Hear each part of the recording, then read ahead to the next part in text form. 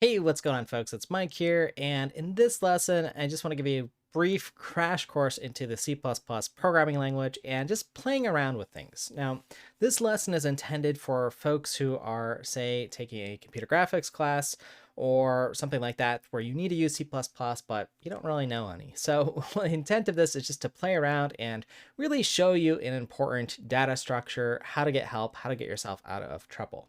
All right, so what I'm going to do is just work from within. I just have a source directory here, this main CPP file, and just sort of explain some things at how C++ works. Now, the fancy thing that I'm going to do, or maybe something that's fancy to you, is use a tool called tmux, so I can split my window and just have two different windows here that I can use. All right, so with that said, I'm going to go ahead and just open the source file on the left side here.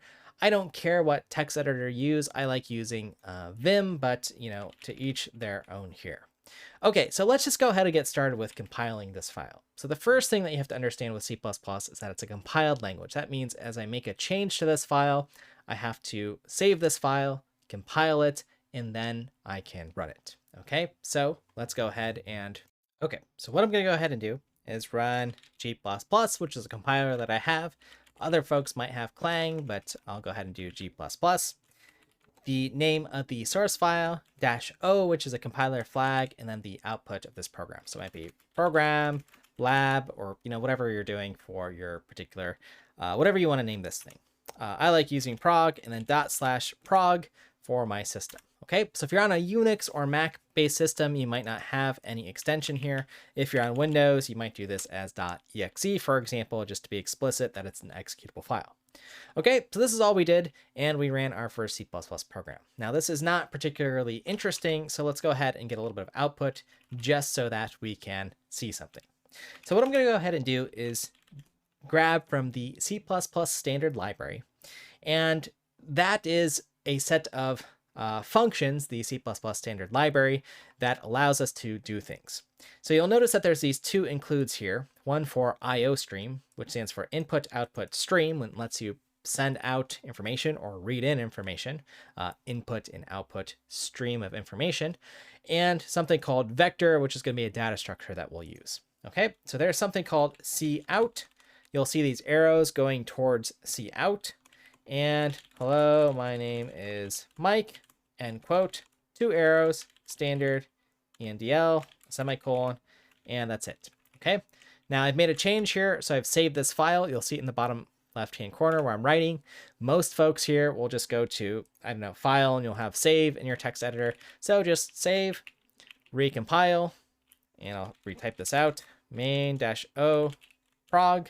That'll overwrite the old executable, /prog here for program, and it prints out, hello, my name is Mike. Okay, so we've made a change here. Now, just to go ahead and review the things that we have learned here. 1, C++ is a compiled language. Okay, I'm going to write this out here. So that means that we have to save, compile, and then run our program. Okay, and we use a tool called a compiler, which might be something like G++, Clang++, or Microsoft Visual Studio. These are some of the popular compilers. Okay, so that's what's new if you're coming from a different programming language, that you have this sort of iterative or cyclic process that you are repeating. Save, compile, run. And I'm just going to put in a note here, do this often. Okay, make sure that you every few lines of code that you write, you save, compile, and run. At least while you're learning, it's very efficient to do that, okay, as you are learning. All right, second thing that we learned here, so let's go ahead back here, is about the standard library. Okay, so we have something known as iostream for input output. And we have vector, which we'll get to in a moment, which is how we can store some data. Okay, and with this, there's a little bit of interesting syntax stuff here. The standard : okay, that's something known as a namespace. So I'm just going to put standard : here. And if you're coming from Java or one of these languages, you can think of this like a package, but it means that it's something that's included within C++. Standard : tells us the scope or where something is found. So within standard. That way, if you have a function that's called cout and I have one and somebody else does, and there's a standard one, we can delineate. We can have Mike : cout, or Betty : cout, or whoever for their language. Okay, so let's start with that. Now, we probably want to do something more interesting with C++, like maybe process some data or collect some data here. And that's where the standard vector is useful, okay? Maybe we want a collection of integers. So here's how we create a vector. Again, it's part of the standard library. It is a vector data structure, which I'll talk about in a moment. And the thing that we want to store is integers. Now we can store different types of data here, maybe floats or shorts or maybe individual characters, but let's just go ahead and store integers here. And I'm just going to call this my vector for now. And I'm going to go ahead and store some integers, 1, and let's store a few more here, 2, 3. Okay, so I'm pushing back or storing data into this vector data structure. Okay, so what does that look like for a vector? Well, when we create it, it allocates our vector, something that looks like this. And then when I add 1 to it and push back, it pushes back into this data structure. And I have a 1 here. Okay. So let me go ahead and just indicate that there is a 1 here. And if I push back again and have a 2, then there's a 2 and then a 3. Okay, stored into it. So a vector is really a dynamically sized array. Okay, so I'll draw this just a little bit neater. What we have here is just something that looks like this: 1, 2, 3. And it's at the indices of here. These are the indexes. Okay, so let's just go ahead and print these out here. And we know how to print out information. So standard cout. And I can put a colon here, my vector, and then the 0 index here. Let's put a colon. And my vector at index or position 0. And I'll just leave it at that here. Now let's go ahead and put standard end line, which is equivalent to a \n if you've used other programming languages, but I like to use standard end line in case there's a different sort of end character. Okay, so let's just go ahead and repeat these lines here and see that we have our data in our data structure. Now, C++ does have raw arrays that you could use, but in most cases, I prefer vector, so I'm just showing you that now so we can get started. Okay, so here's our program. Hello, my name is Mike, and we have our vector, the things at position 0, 1, and 2, which correspond to each of these integers here. Okay, now it might be useful to loop through these items. So you can write for loops here for I equals 0, while I is less than, say, my vector. Well, I could say explicitly less than 3. I know I have 3 items, or I can do my vector dot size I plus plus, and then I could instead, just output everything here. My vector at index I, and we'll do a end line here. Okay, so let me go ahead and recompile this and rerun it. And again, we can see those elements here, 1, 2, and 3 from our for loop. Okay, now there's different ways that we can write for loops here in C++. So sometimes we might say, okay, I've got this loop here. You could use the keyword auto if you want, and then say an ampersand e my vector, and this is what's a range-based for loop here.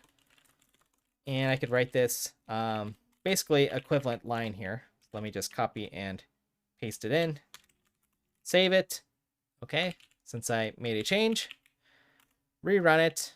Oops, and this isn't I anymore in here. This is actually just the element e. And oops, let me resave that, rerun it, and we'll get the same thing printed out again. So you might see these different sorts of syntax. Now, why the ampersand? Well, C++ has something known as pass by reference semantics and reference types. So this just avoids a copy. For now, it might be enough for you to just use auto here, run it, and figure it out. Now, auto is kind of interesting because it just figures out what the type is. So C++ itself is a pretty dynamic language in the types of things that it can do.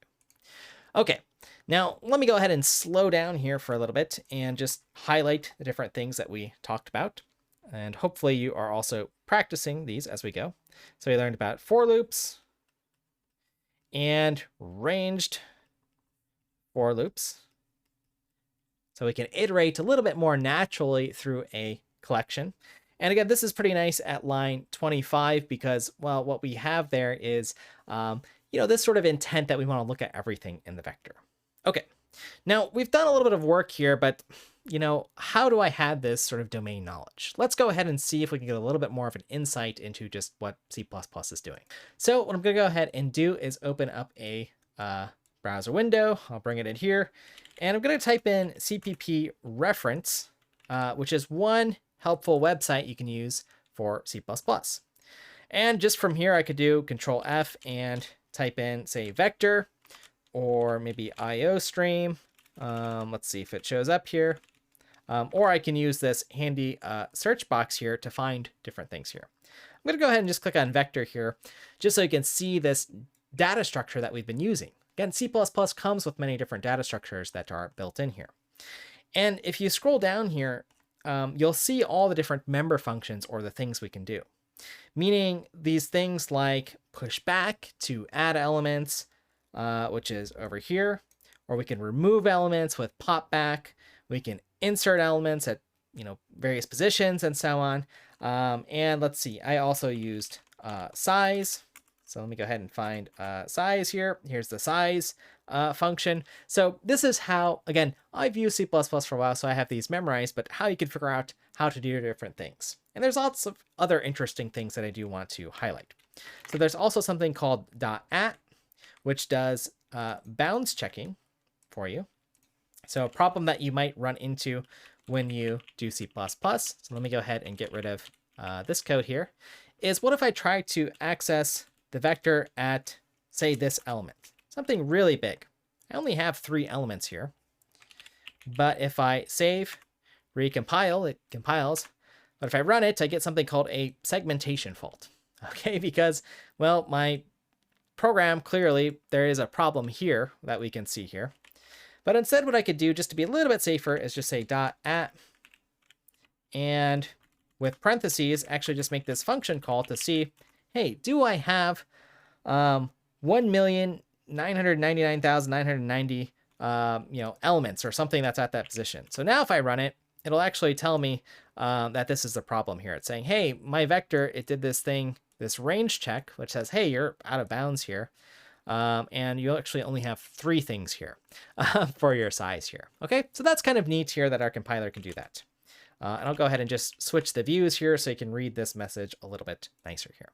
Okay, now there are some other things that I do want to show you that I think will help you get started.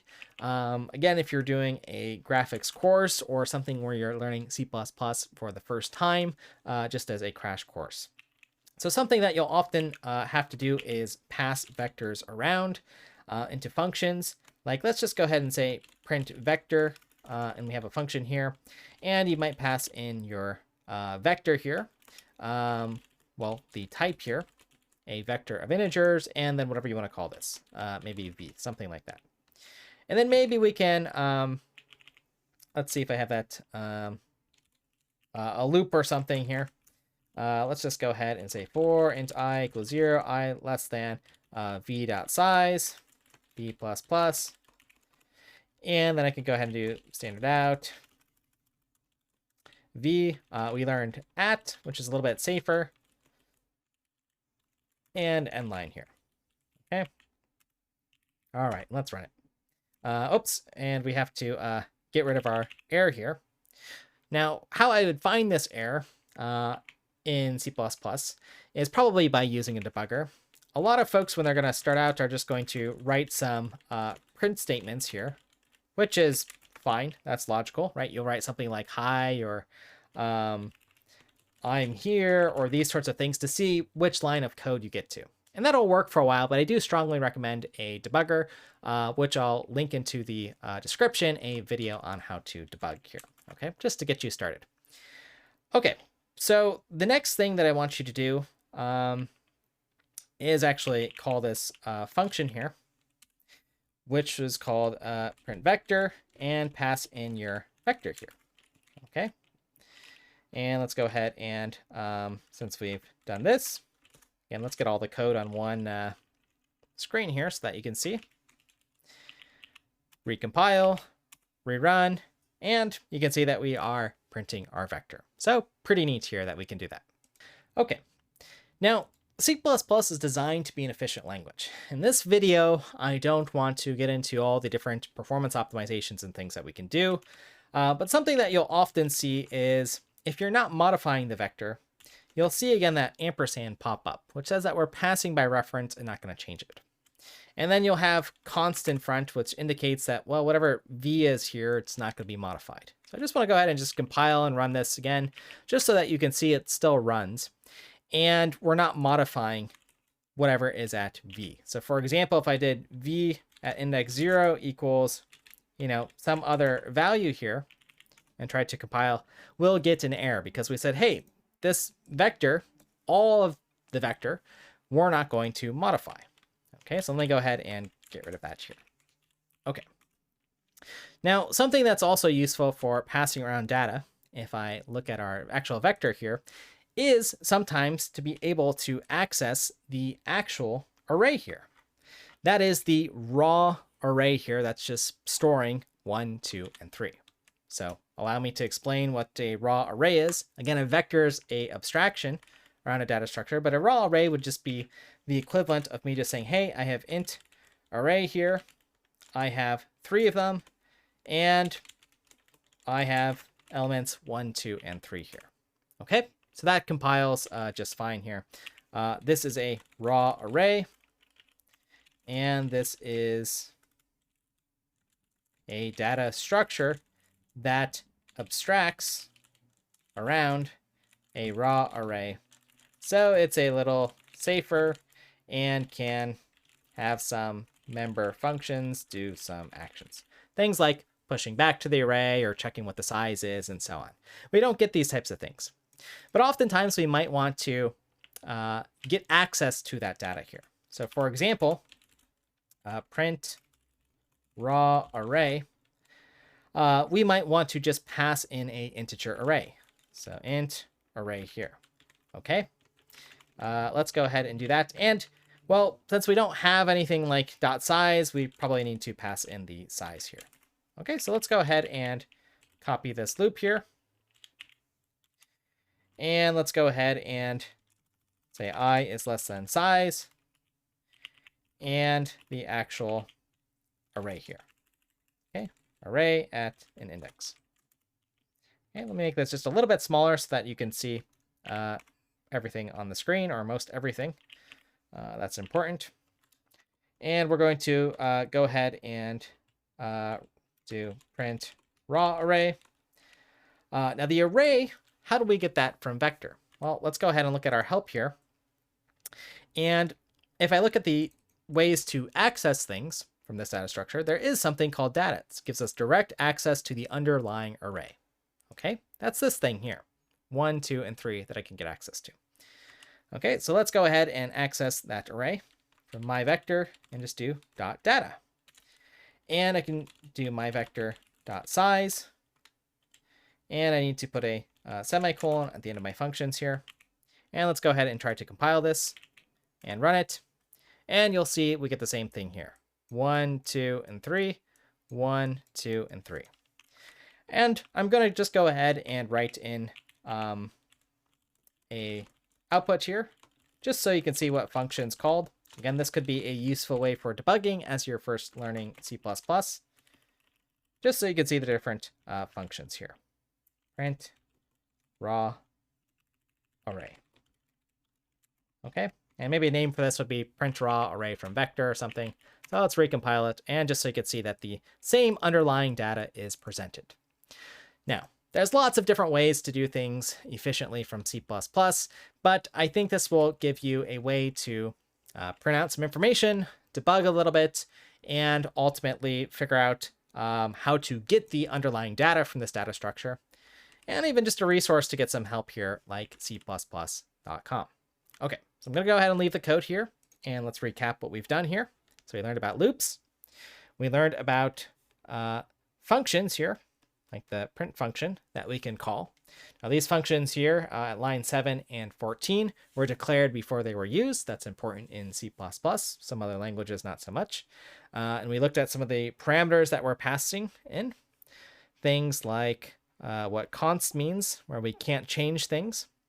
And then just other parameters that we could pass in, okay? Const parameters. And let's go ahead and we talked about raw arrays, which are, again, just a non-resizable collection of data, okay? That's like at line 27 where we said, hey, I've got an array of 3 integers. They're all located next to each other, just exactly like this, but we can't resize it in any way. The standard vector, which we learned about here, is essentially deleting that original array and copying to a bigger array as we need more elements. Okay, and it's got a smart way to do that. That's good for performance. Okay, and then we learned about some useful things for vector, which I'll again list here. Things like size, pushback, and data, as well as at. Okay, at versus just brackets to access an individual element. At's a little bit safer. Again, for performance, we would maybe think about why we'd use one or the other. But I want to go ahead and just leave you this as sort of a crash course introduction so that you know a few things about C++ and how it works and how to sort of start playing around with data. Oftentimes when I'm teaching graphics, this can be a little bit confusing, especially data and how that works, but it's a really handy function to know about and to think about what information you're passing around. And just to know how the vector exists and where to find certain pieces of information. All right, so with that said, I'd like you to go ahead and, if you're watching this, practice this sample and go ahead and implement this piece of code as it is and see if you can recreate this. I think it'll be enough to sort of get you kickstarted in C++ and see some of the neat things that you can do. All right, folks, that's it for this lesson. It's a brief one, but consider it a very, very brief crash course in 23 minutes or so on C++. So thanks for hanging out with me and hope you enjoyed this lesson, and we'll see you in the next one.